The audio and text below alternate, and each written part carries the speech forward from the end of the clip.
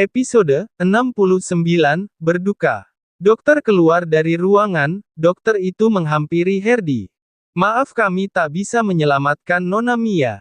Dia mengalami luka kepala yang parah, kami sudah melakukan yang terbaik, kata dokter. Herdi terduduk lemas. Mela tadi mendengar tentang kecelakaan yang terjadi, dia menghampiri Herdi dan memeluknya. Herdi tak menyangka jika Mia harus tewas dalam kecelakaan mobil itu. Tak lama suster keluar dari ruang operasi. Maaf keluarga pasien, kami membutuhkan donor darah O negatif, karena darah ini tak ada persediaan di rumah sakit, kata suster itu. Saya, ambil darah saya, kata Mela. Sayang tapi kondisimu saat ini lemah, kata Herdi. Aku tak masalah, aku tak ingin melihat pria yang dulu menyelamatkanku dan Ivy harus meregang nyawa, kata Mela. Mela pun ikut menuju ruangan untuk diambil darahnya, meski dia harus menandatangani sebuah surat perjanjian. Kini Mela kembali menemui Herdi, kini Mela harus menenangkan Herdi, karena kepergian Mia adalah pukulan terbesar di hidup mereka. Herdi menelpon ke rumah. Siska pun kaget dan syok, tapi mereka harus ikhlas. Han membantu semua keperluan pemakaman dari Mia esok pagi. Herdi masih menunggu hasil operasi Steve. Bagaimanapun Herdi yang bertanggung jawab atas kesembuhan Steve. Setelah menunggu 4 jam dokter keluar, dan menemui Herdi dan Mela. Bagaimana keadaannya dokter? Tanya Herdi. Operasinya berhasil, dan sekarang pasien juga sudah melewati masa kritisnya, tapi mungkin kami akan menempatkan dalam ruangan khusus selama pemulihan, kata dokter. Baik dokter, tolong berikan perawatan yang terbaik, kata Herdi. Mela dan Herdi berpelukan, setidaknya Herdi masih bisa melihat Steve hidup meski dia harus kehilangan putrinya. Ponsel Herdi berdering, nama Tio yang tertera di layar. Herdi mengangkat dan sedikit menjauh dari Mela. Wajah Herdi berubah merah padam menahan amarahnya, entah apa yang dikatakan oleh Tio. Kembalilah beristirahat, aku akan menyelesaikan pemakaman Mia, kata Herdi. Bolehkah aku ikut pulang, aku ingin mengantarkan Mia ke peristirahatan terakhirnya, kata Mela. Baiklah, kita temui dokter, kata Herdi. Kini Herdi dan Mela sampai di rumah. Mela langsung berpelukan dengan Siska dan Nyonya Umi. Mela menenangkan Kenzo dan juga Ivy. Mela juga memeluk Rio untuk menguatkan putranya itu. Kini jenazah Mia sampai di rumah utama Sanjaya, semua saudara menyambut dengan isak tangis. Mela tak percaya jika pertemuan terakhir saat mereka akan membahas tentang rencana pernikahan Mia dan Steve.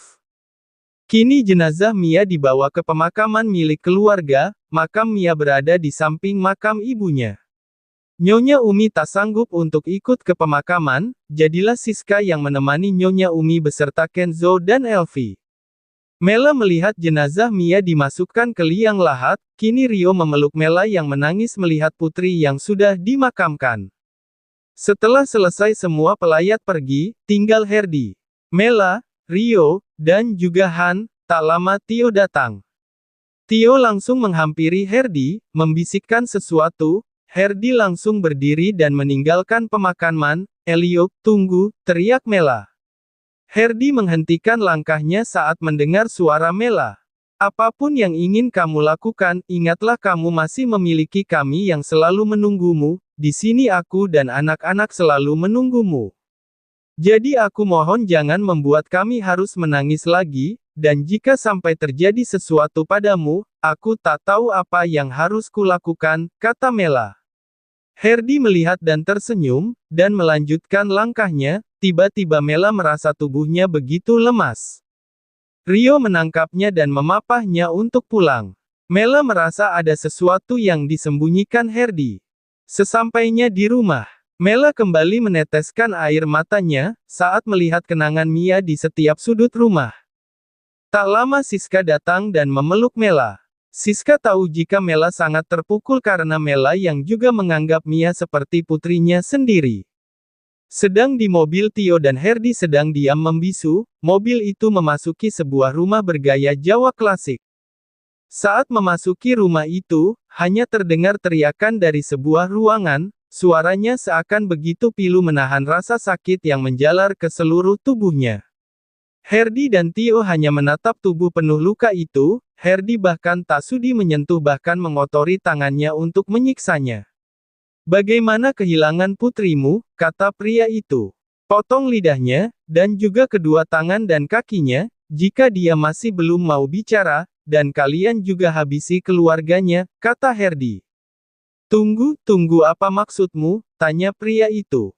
Bawa keluarga pria brengsek ini masuk, perintah Tio.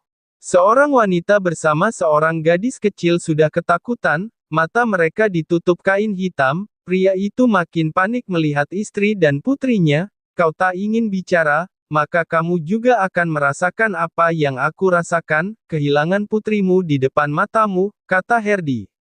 Aku mohon jangan sakiti mereka, kata pria itu. Urus mereka Tio, kata Herdi meninggalkan ruangan itu. Herdi menuju ke kamar miliknya, di sana Herdi memejamkan mata mengingat kembali kebersamaannya dengan Mia, dan kehadiran Mela yang menjadi penyatu dirinya dan Mia yang sempat merenggang. Bersambung.